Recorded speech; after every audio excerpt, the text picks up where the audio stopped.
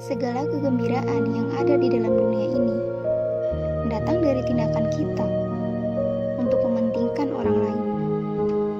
Tak peduli seperti apa hidupmu, kamu selalu punya pilihan untuk melihat dari sisi baiknya atau dari sisi buruknya. Next time, lebih hati-hati lagi ya dalam memilih.